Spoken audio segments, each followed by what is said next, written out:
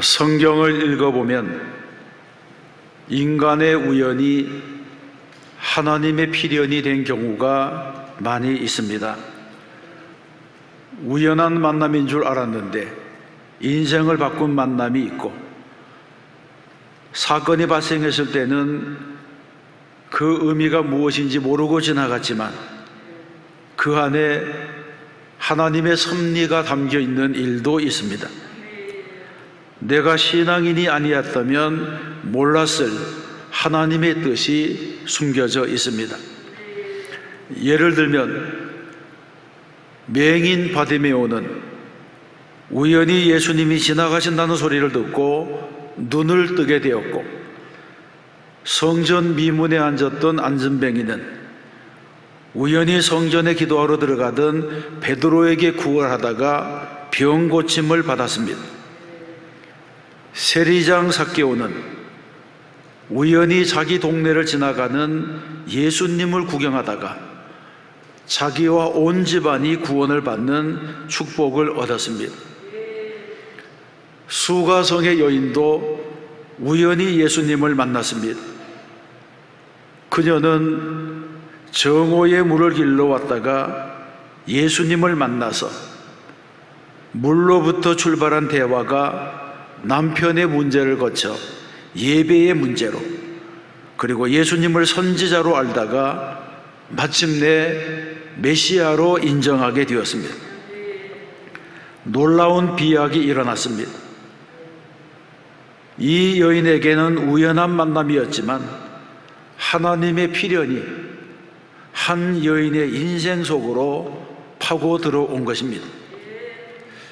그래서 여인은 육신의 목마름 때문에 우물가에 왔다가 영원토록 솟아나는 생수를 얻고 메시아를 만나고 죄사함의 축복을 받고 자신을 소외시킨 마을로 복음을 전하러 달려갔습니다.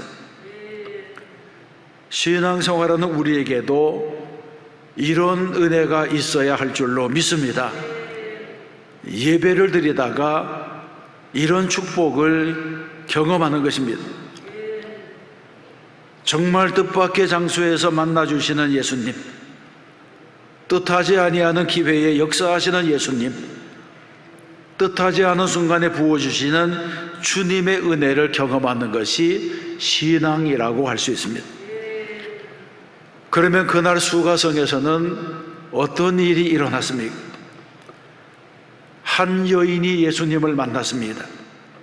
28절로 29절에 보게 되면 여자가 물동이를 버려두고 동네에 들어가서 사람들에게 이르되 내가 행한 모든 일을 내게 말한 사람을 와서 보라, 이는 그리스도가 아니냐, 이렇게 말했습니다. 예수님의 말씀을 들은 여인이 물동이를 버려두고 동네로 들어가서 복음, 예수님에 대한 증거를 시작했습니다. 물동이를 버려두었다고 하는 말에 특별한 의미가 있습니다. 이스라엘 성지에 가보게 되면 지금도 야곱의 우물이 보존되어 있습니다.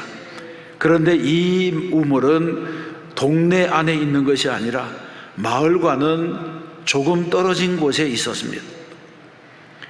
여인은 이 우물에서 물을 기르려고 정오의 떼약볕을 맞으며 물동이를 머리에 이고 그곳까지 걸어 나온 것입니다. 그런데 물동이를 버려두고 달려갔다고 하는 것은 자신이 깨달은 복음이 너무나 소중해서 자신이 물을 길러왔다고 하는 사실조차도 잊어버릴 정도로 흥분했다고 하는 것을 보여줍니다. 여인은 아무 생각 없이 물을 길러 우물에 왔다가 메시아가 되시는 예수 그리스도를 만나고 예수님을 통해서 영생하도록 솟아나는 생수의 복을 받자 모든 부끄러움이 사라졌습니다. 그래서 물동이를 버려두었다고 하는 이 사실에 깊은 뜻이 있습니다. 예수님께서 베드로를 부르실 때 나를 따라오라, 내가 너희를 사람을 낚는 어부가 되게 하리라, 이렇게 말씀하셨을 때에 곧 그들은 곧 그물을 버려두고 예수를 따랐다. 이렇게 말씀합니다. 야고보와 요한도 예수님이 부르시자 그들이 곧 배와 아버지를 버려두고 예수를 따르니라고 했습니다. 이처럼 자신의 것을 버렸다고 하는 것은 더 중요한 것을 위해서 덜 중요한 것을 버렸다고 하는 의미가 있습니다. 그래서 그들은 위대한 제자가 되고 복음의 사도가 된 것입니다. 예수님께서 말씀하신 비유 중에도 보물이 묻혀 있는 밭을 사려고 자기 소유를 다 팔았다고 하는 이야기가 있습니다. 정말 귀한 보물을 발견했다고 한다면 자기가 가진 것을 다 팔아도 아깝지 않다고 하는 것입니다. 바로 이 마음이 예수를 믿는 성도의 마음인 줄로 믿습니다. 그런데 어떤 부자 청년은 예수님께서 내 소유를 팔아 가난한 자들에게 주라, 그리고 와서 나를 따르라, 이렇게 말씀하시자 그 청년이 재물이 많으므로 이 말씀을 듣고 근심하여 가니라고 했습니다. 그가 가진 재물이, 그가 가진 명예가 예수님을 따르는 길을 가로막은 것입니다. 그러면 그 부자 청년이 가졌던 재물들이 지금은 어디에 있습니까? 그 재물은 다 녹슬고 부서지고 남의 것이 되고 먼지가 되어서 사라졌습니다. 그리고 하나님께서 주신 기회를 이해하지 못했던 청년은 예수님의 제자가 될 기회를 놓쳐버리고 아무도 그 이름을 기억하지 못하는 실패자로 남고 말았습니다. 잠시 세상에서 살 때 필요했던 재물 때문에 영원을 포기한 것입니다. 오늘도 이런 사람들이 많습니다. 무엇이 중요한지를 모르기 때문에 가치 없는 것들에 매달려서 영원한 것, 귀한 것, 내게 주어진 은혜의 기회조차 버리고 세상을 따라갑니다. 그러나 성도는 귀한 것, 영원한 것, 썩지 않는 것, 더럽지 않고 쇠하지 아니하는 것들을 붙잡아야 됩니다. 이것은 가치관의 문제만이 아니라 더 나아가 믿음의 문제이고 신앙의 문제이고 영적인 문제입니다. 버릴 것을 버리고 붙잡을 것을 붙잡는 성도가 되어야 할 줄로 믿습니다. 이 여인은 물을 길러 왔다가 영생의 주님을 만나고 메시아를 만났습니다. 그래서 이 여인은 우연을 필연으로 바꾸는 축복을 받게 된 것입니다. 두 번째로 살펴볼 것은 마을로 돌아간 여인이 무엇을 했습니까? 29절 말씀입니다. 내가 행한 모든 일을 내게 말한 사람을 와서 보라. 이는 그리스도가 아니냐? 아멘. 이 구절에서 중요한 것은 와서 보라고 하는 초청입니다. 와서 보라고 하는 초청은 요한복음에만 3번 나와 있습니다. 요한의 제자들이 주님을 따르려고 할 때에 주님께서 말씀하셨고, 빌립이 나다나엘을 전도할 때에 말했고, 또 본문에서 말씀하고 있습니다. 기독교는 와서 보라고 말하는 확신이 있는 종교입니다. 전도는 나의 지식, 나의 논리, 나의 설득에 있는 것이 아닙니다. 예수를 믿지 않는 사람에게는 무슨 말로 설명을 해도 2000년 전에 예루살렘에서 있었던 십자가 사건을 이해시키기가 어렵습니다. 만일 어떤 사람이 내 설명을 듣고 이해했다고 한다면 그것은 나의 논리 때문이 아니라 성령의 역사가 있기 때문입니다. 그래서 우리는 전도할 때에 내가 만난 예수, 내가 경험한 예수, 내가 믿는 예수를 담대하게 증거해야 됩니다. 어떤 공교한 이론보다도 투박한 간증이 더 힘이 있습니다. 내가 믿어보니라고 하는 나의 신앙을 간증하는 성도가 되어야 합니다. 그래서 우리는 어디에 가서라도 숨어있는 그리스도인이 아니라 실명의 그리스도인이 되어야 됩니다. 오늘 본문에 보게 되면 이 여인의 증거가 남달랐습니다.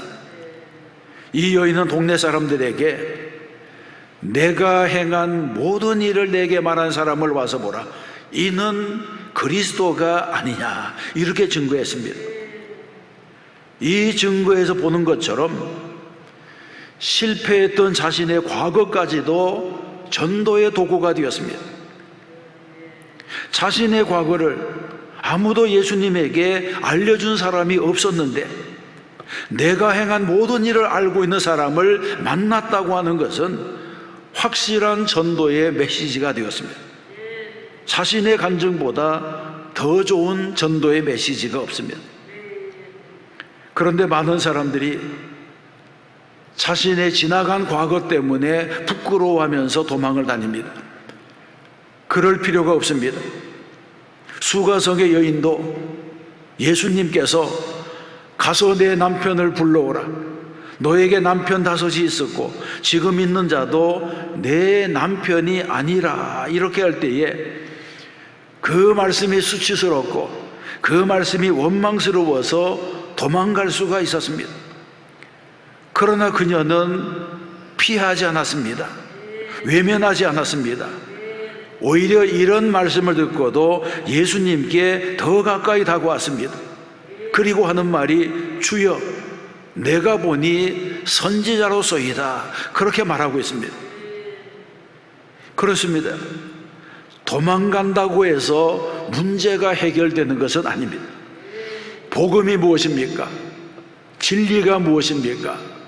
복음은 죄인을 부끄럽게 하는 것이고 진리는 거짓을 부끄럽게 하는 것입니다. 그래서 모든 인간은 예수 앞에 나오면 부끄러워지게 되는 것입니다. 여기에서 두 종류의 사람이 갈라지는데, 예수님 앞에서 도망가는 사람과 다가오는 사람입니다. 도망가는 사람은 회개하지 못합니다. 용서받지 못합니다. 치료받지 못합니다. 회복되지 못합니다. 그러므로 성도 여러분은 어떠한 경우에라도 예수님께 한 걸음 한 걸음 더 가까이 다가가는 성도가 되어야 할 줄로 믿습니다. 주님 앞에 다가갈 때에 회개의 문이 열리게 되는 것입니다.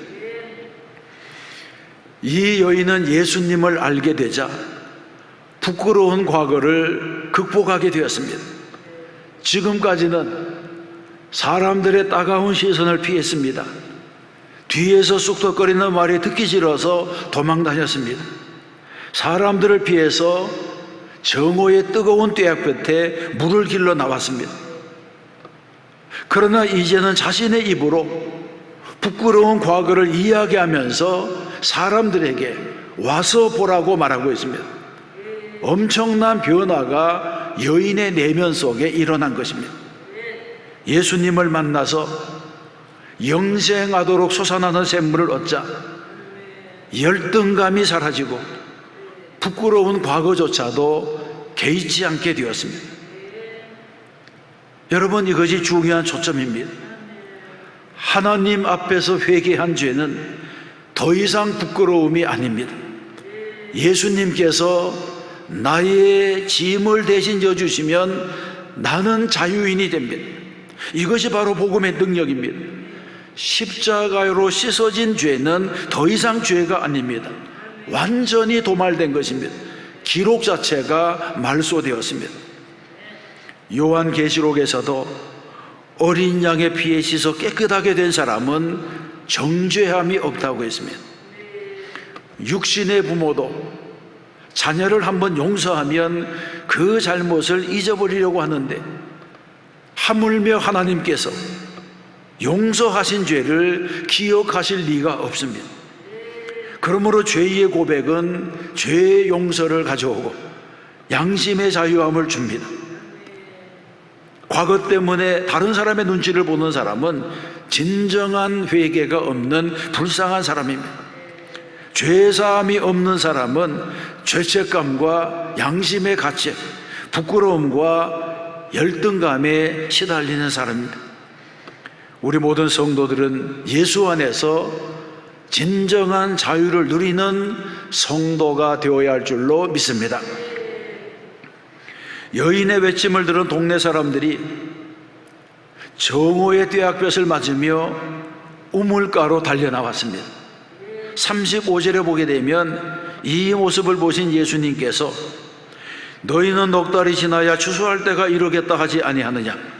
그러나 나는 너희에게 이르노니 너희 눈을 들어 밭을 보라. 휘어져 추수하게 되었도다고 했습니다. 이 말씀은 제자들에게 주신 말씀이지만 자세히 살펴보면 무리를 지어 달려나오는 수가성의 사람들을 보고 그 사람들을 염두에 두고 하신 말씀입니다. 수가성 여인의 전도를 듣고 몰려나온 사람들의 모습을 보면서 지금은 씨를 뿌리거나 가꾸는 시기가 아니라 무르익어 추수할 때라고 하는 말씀을 주신 것입니다. 여러분, 전도라고 하는 것은 놀랍습니다. 아무리 전도해도 전도가 안 되던 사람이 어떤 때는 한마디 말로 무너지는 일도 있습니다. 저런 사람이 말한다고 해서 누가 예수를 믿을까? 이렇게 생각하기도 하지만 우리의 삶의 현장에서는 놀라운 전도의 열매를 맺는 일들이 허다하게 많습니다. 실제로 목욕탕에서 일하시는 분, 미용사, 구두수선공, 야구르트 아줌마, 택시 운전기사 등 불특정 다수를 만나는 분들, 낯선 사람들을 자주 만나는 이런 분들 가운데 전도왕이 많습니다. 그래서 성경에서 말씀합니다. 하나님의 지혜에 있어서는 이 세상이 자기의 지혜로 하나님을 알지 못하므로 하나님께서 전도에 미련한 것으로 믿는 자들을 구원하시기를 기뻐하셨도다, 이렇게 말씀했습니다. 전도라고 하는 것은 사람의 지혜, 사람의 능력, 사람의 언변만으로 되는 것이 아니라고 하는 말씀입니다. 그러므로 우리는 전도할 때에 용기를 내어야 할 줄로 믿습니다. 우리 주변에 새로운 아파트가 들어서고 새로운 이웃들이 이사 오면서 전도의 문이 열리고 있습니다. 하나님께서 구원하시려고 준비하신 영혼들이 내 앞에 서게 됩니다.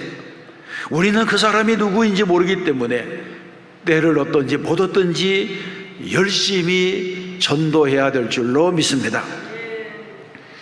세 번째로 살펴볼 것은 예수님은 나에게 영생하는 샘물이 되신다는 것입니다. 여인은 목마르지 아니하는 생수를 원했고 예수님은 영원히 목마르지 아니하는 생수를 주시겠다고 약속했습니다. 요한복음 7장에도 보게 되면 예수님께서 누구든지 목마르거든 내게로 와서 마시라.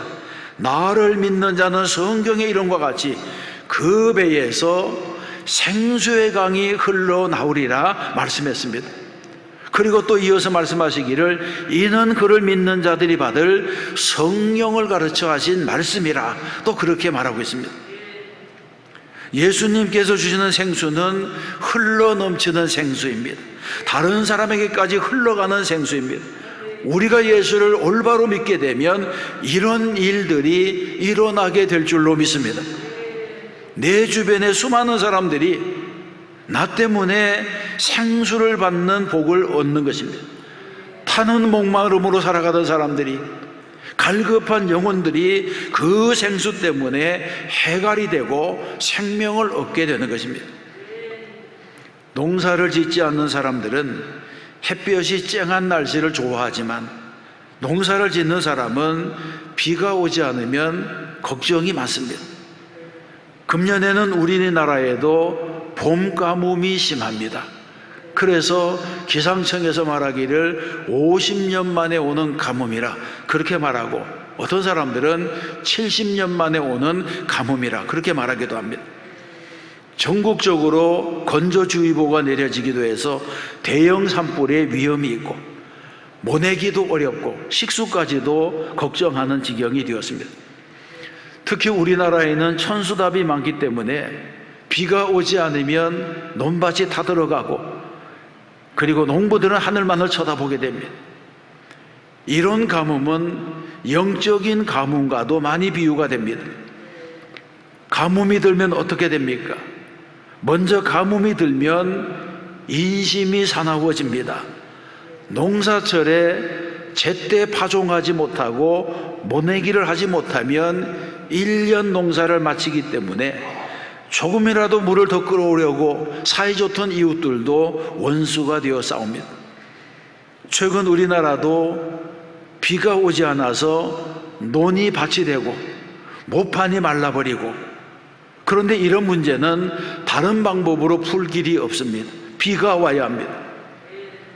영적인 가뭄도 마찬가지입니다. 교회가 영적으로 침체되고 메마르게 되면 사나워집니다. 그래서 서로 헐뜯고 싸우고 잘못을 파헤치게 됩니다. 그러나 은혜가 넘치게 되면 예민하고 민감했던 이슈들을 서로 덮어주고 이해하고 관용하게 됩니다. 그래서 교회도 개인도 영적인 가뭄이 들어서는 안 됩니다. 우리는 가끔 소나기를 맞아야 합니다. 부흥회가 무엇입니까? 부흥회는 영적으로 가물었던 심령에 단비가 쏟아지는 집회입니다. 둘째로, 메마른 땅에는 조금이라도 비가 오면 좋습니다. 최근에 논이 거북이 등처럼 갈라지고 밭에는 푸석거리는 흙먼지로 가득했는데, 며칠 전에 잠깐 감질나게 비가 온 적이 있습니다. 보통 사람들은 이 정도의 비가 농사에 무언 도움이 될까 그렇게 생각하지만, 농부들은 그 작은 비를 가지고도 파종을 합니다.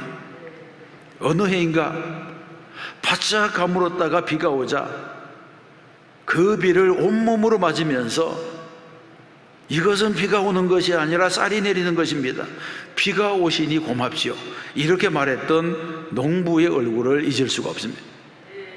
성도도 역시 예배를 통하여 온몸에 은혜의 단비를 맞아야 합니다. 메마른 땅에는 아무리 작은 비라도 소중한 것처럼 성령의 단비가 예배를 통해서, 말씀을 통해서 부어지는 은혜가 있어야 합니다. 그래서 성도는 예배할 때마다 예배를 사모해야 되고, 말씀이 송이꿀보다 더 달게 여기는 성도가 되어야 합니다. 세 번째는, 은혜의 단비는 하나님이 주시는 것입니다. 요즘은 과학이 발달해서 인공비를 내리게 하기도 합니다. 그러나 인공비를 내리게 하려고 애를 쓰지만 충분한 비는 하나님이 주셔야 됩니다. 미국 서부에 있는 옐로스톤 국립공원에 가보면 산불이 일어나서 천연이 수천만 평을 태우고 수십 년이 지났지만 아직도 황폐해진 땅이 그대로 방치되어 있는 것을 보게 됩니다. 그 산불이 났을 때 산불을 끄려고 2만여 명의 진화대원이 6개월간 매달려서 불을 껐지만 불을 끄지 못했습니다. 그런데 봄에 시작된 이 불이 초겨울이 되어서 하루 저녁에 내린 첫눈으로 꺼져버렸습니다. 아무리 소방헬기로 물을 부어도 안 되던 일이 하늘에서 눈이 내리자 단번에 해결되고 말았습니다. 여러분, 은혜도 마찬가지입니다. 은혜는 하나님이 주시는 것입니다. 교회 부흥도 마찬가지입니다. 우리가 영적으로 준비되기만 하면 하나님께서 주시는 생수의 강이 흘러내리게 되고, 이 생수의 강이 흘러내리면 놀라운 부흥이 임하게 될 줄로 믿습니다. 그래서 우리는 더욱 은혜의 단비를 사모해야 하는 것입니다. 수가성의 한 여인이 부르짖을 때에 한 마을에서 믿는 자가 더욱 많아진 것처럼 나를 통해서 생수의 강이 내 주변으로 흘러가게 되면 그와 같은 일이 일어나게 될 것입니다. 예수님은 영생하도록 솟아나는 샘물이 되시고 영원한 생수의 공급자가 되셔서 내가 예수님께 붙어 있으면 그 배에서 생수의 강이 흘러나오리라고 하신 약속의 말씀이 이루어지게 될 줄 믿습니다. 사랑하는 성도 여러분, 하나님께서는 우리 교회를 사랑하시고 축복하시고 은혜를 부어주시는 줄로 믿습니다. 그래서 하나님께서 장이 뉴타운 지역에 준비된 성전을 허락하시고 우리 교회의 수많은 일꾼들을 예비하셔서 하나님이 사용하시는 귀한 그릇이 되게 하셨습니다. 그래서 우리 안에 수도권과 열방을 섬기려고 하는 뜨거운 가슴을 품게 하신 것입니다. 그리고 하나님께서는 할 일 많은 교회에 우리를 보내셨습니다. 우리는 사명을 감당하기 위해서 은혜를 사모하는 성도가 되어야 합니다. 그리고 담대히 복음을 증거하는 교회가 되어야 합니다. 수가성의 여인처럼 예수님을 만나고 예수님께 부끄러운 과거를 내어놓고 죄 사함과 죄 용서의 축복을 받아야 됩니다. 그리하면 물이 위로부터 아래로 흘러내리는 것처럼 하나님의 은혜가 우리 속에서 흘러나와서 모든 낮은 자리에 있는 가라앉은 심령들 위에 부어지게 될 줄로 믿습니다. 우리는 우연히 여기에 모인 것이 아닙니다. 우연히 이 교회에 등록한 것이 아닙니다. 우리의 만남은 우연이 아니라 필연입니다. 하나님께서 이때 우리를 이곳에 보내시고 만나게 하셨습니다. 이 부르심에 응답하여 놀라운 하나님의 일에 동역하는 저와 여러분이 되어야 할 줄로 믿습니다. 부르심에 응답하는 사람마다 은혜와 능력과 권능을 더해 주실 줄로 믿습니다. 또한 저가 말씀 따라 살고 믿음으로 살아 승리하는 저와 여러분 되시기를 주님의 이름으로 축원합니다.